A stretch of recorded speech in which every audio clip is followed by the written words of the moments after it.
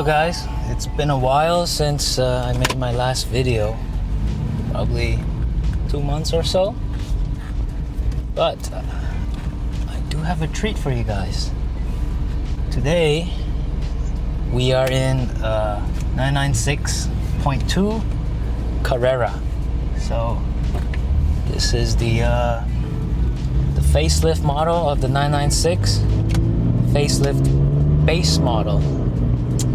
That sound. So we are in the northern part of Thailand. I came with a group of friends, actually new friends I should say. I am the new member of this group, and it's a bunch of Porsche enthusiasts. So a little bit about myself and what I thought about the 996. Actually, for the longest time, I, just like a lot of the rest of the world, mistakenly dismissed the 996. And part of the reason is just, I think it's the upbringing. You know, back when the movie Cars came out, the female character was a 996, and so that time I was still very young and impressionable. That's a nice Beetle, by the way.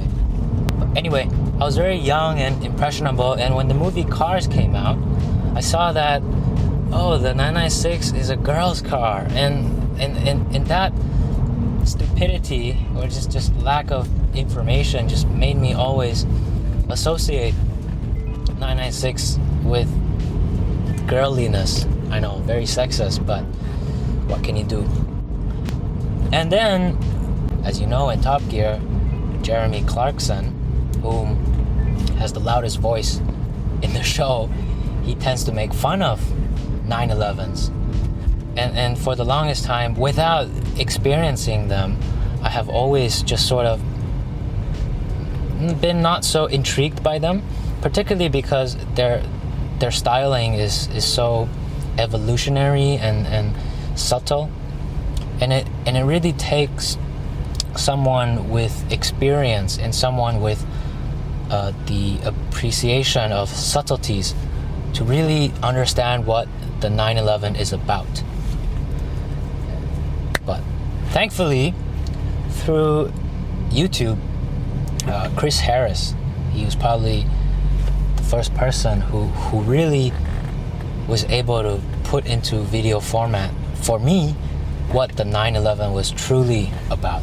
And on top of that, around the same time when Chris Harris was just becoming very famous, we started to hear about Magnus Walker and his outlaw 911s.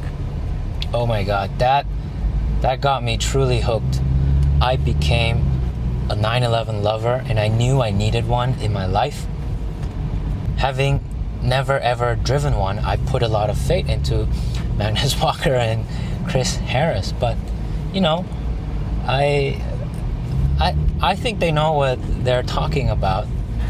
And so finally, earlier this year or last year, I don't remember, I finally drove my first 911, my friend's 996 Turbo S, and through his connections, I later got to drive a whole bunch of other 911s. I drove the 964. Actually, I drove 3 964s. I drove a 911 SE. And after having driven some air-cooled, some water-cooled 911s, I thought quintessentially 911s are almost the same. The 996 is a pivot point for the company, and it actually, in terms of feel, let's not talk about air-cooled or water-cooled. When you're driving, you cannot feel that. It's not something you can truly experience. You know, it's not something that really you are consciously aware of when you're driving.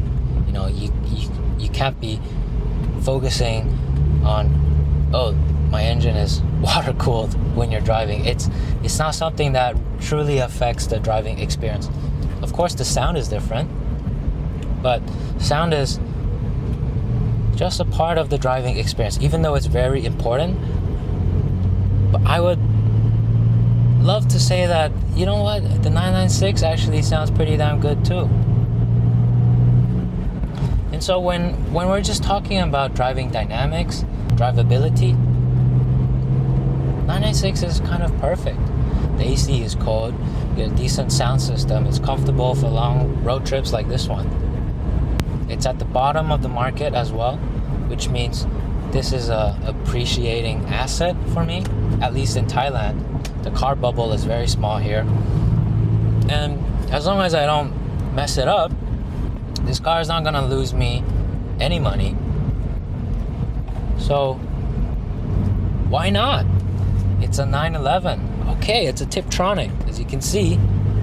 But I tell you what, this is the third day of our road trip in northern Thailand. I tell you what, Tiptronic, it gets too much hate. I understand, I love manual cars. Most of my cars are manual. But when you're in the mountain roads, in the really tight twisties, you're constantly turning the steering wheel left and right without gloves. It's really hard to focus on shifting at the same time.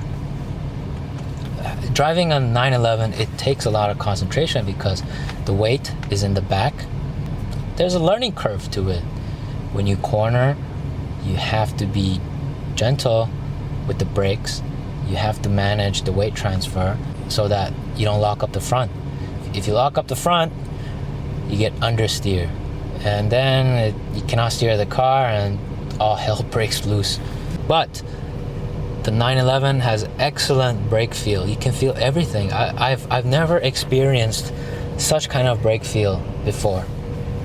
I want to be able to answer the question whether or not this 996 Carrera 2 Tiptronic is worth keeping. Bringing the car on road trips like this, is this a good car for road trips?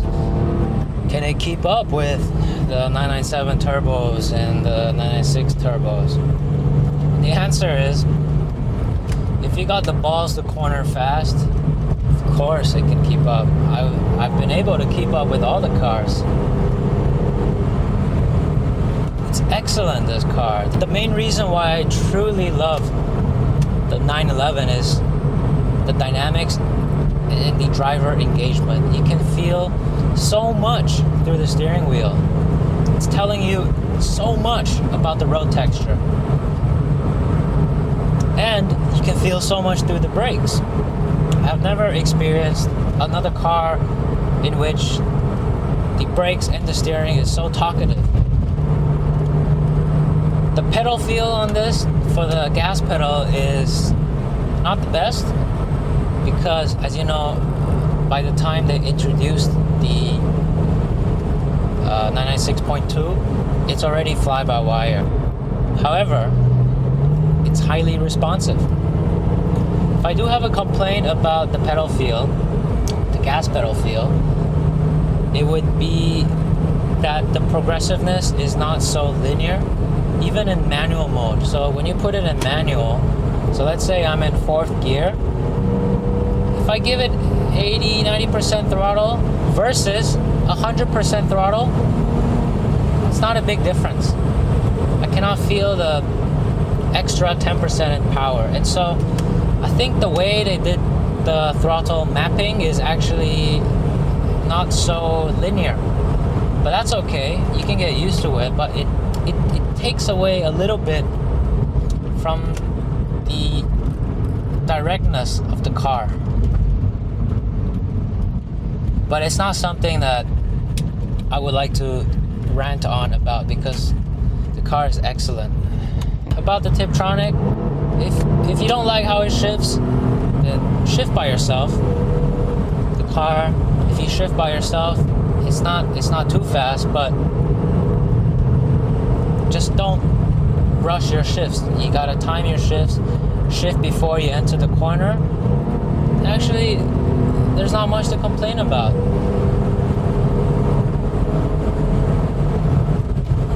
The ride is excellent. I originally thought it was too stiff, but with these new tires, it works out to be just perfect, not too harsh, just compliant enough, and full of feel. Lots of grip, lots and lots of grip. When driving really fast in tight corners, and just corner after corner after corner, when you're chasing a car in front or being chased by another car behind you, my hands get really sweaty, really sweaty. And actually, I have to say the steering wheel is a little bit too skinny for my liking when doing really hardcore driving. You have to wear gloves. Normally, I like thin steering wheels because I think it transfers more vibrations, so you can feel more. There's more road feel. But when you're driving pretty hard, it's actually working against you. Like when I was going in the mountain roads chasing my friends, we were going really fast, by the way. I had to keep wiping my hands out on my pants, and it was just really annoying. And I had to grip the wheel extremely hard, make sure not to lose grip, and all that made it really hard to be smooth with my steering input. So I kind of had to yank it like this, which would upset the balance, which is fun, but also kind of dangerous, and you scrub speed off as well. The car in front is a E36 M3. He's part of the group. I'll just follow him for now because I want to talk about the car and not really be too fast. But look at how this corner is. Whew, so damn good. The way that it transfers weight from the left side to the right side. You know, when a car is in transition of weight transfer, you get that feeling of weightlessness. And this car just does it so well. That feeling, okay, manual mode now. That feeling is so easy for you to be able to judge what wheel has the most weight, what wheel has the most grip at the moment. It's so communicative. Gives you complete confidence when driving it near the limit, not at the limit. I am not Chris Harris. I don't know how the hell he power slides these things. It's insane, and it's extremely dangerous on public roads, so don't do it. But when you're driving near the limit, it's almost like ecstasy. It's amazing. You have utter confidence in the car. Downshift, third gear. So right now, third gear, 3,000 RPM. It's not ideal. Ideally, you want to be around 4,005. On this car, I try not to over rev it. I usually shift around just before 6,000. Doesn't seem like the last 1,000 revs is doing it much. So I'm keeping it in third and 3,000 and just opt for a smoother driving style. I can lift off just now and let the tail kind of kick out a tiny bit. Sorry, didn't mean to overtake there. And oh, look at that. I'm not going too fast, but I'm having so much fun.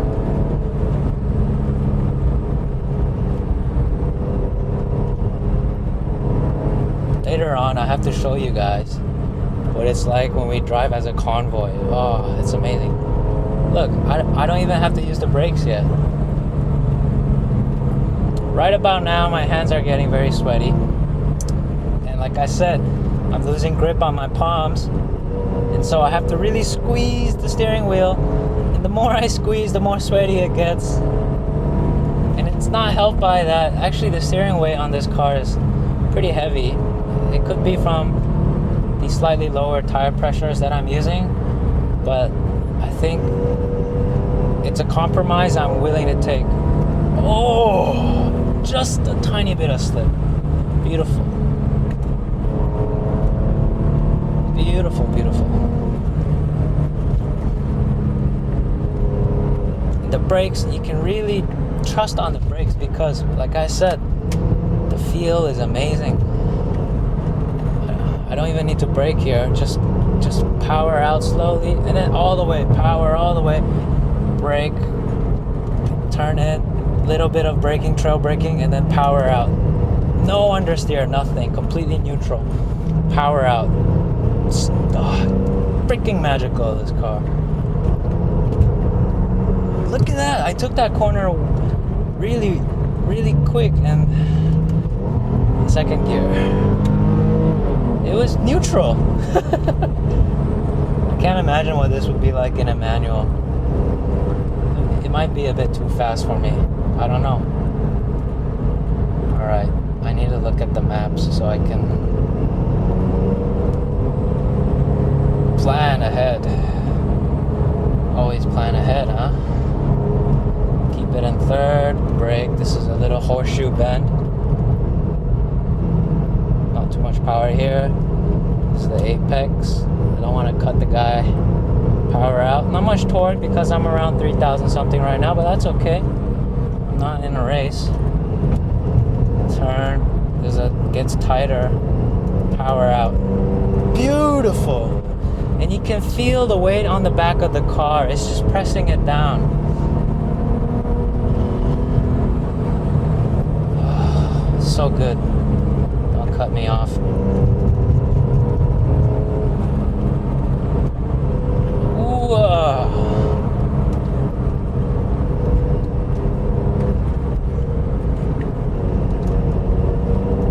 Took that turn a bit too tight. I just want to test the grip. No complaints. Oh, I'm driving with the AC on because I don't want to open the window. That would lead to a lot of wind noise. Ideally, you should turn it off when driving like this. Huh. Damn. Brake.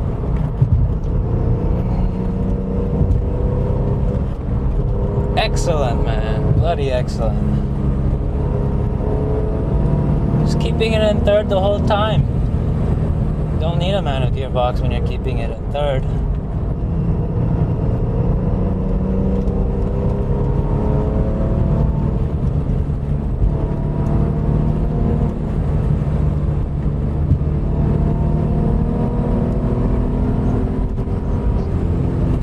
Shift. Don't need to stay on the higher revs. I think between 4 to 5 is kind of the sweet spot in my opinion. Oh, look at this road. Let's get it to slip a little bit. Oh yeah. Okay, there it is, the coffee shop. Oops, I went over. I thought there would be another entrance. Okay. Let's find a place to turn around. Easy.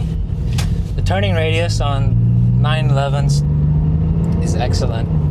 It's so easy. There's nothing in the front, and so the wheels can really turn a lot, making driving in the city actually a peach.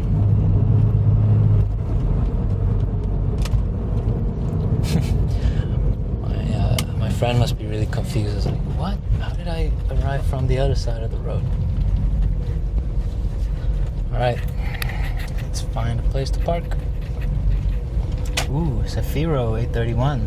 Nice.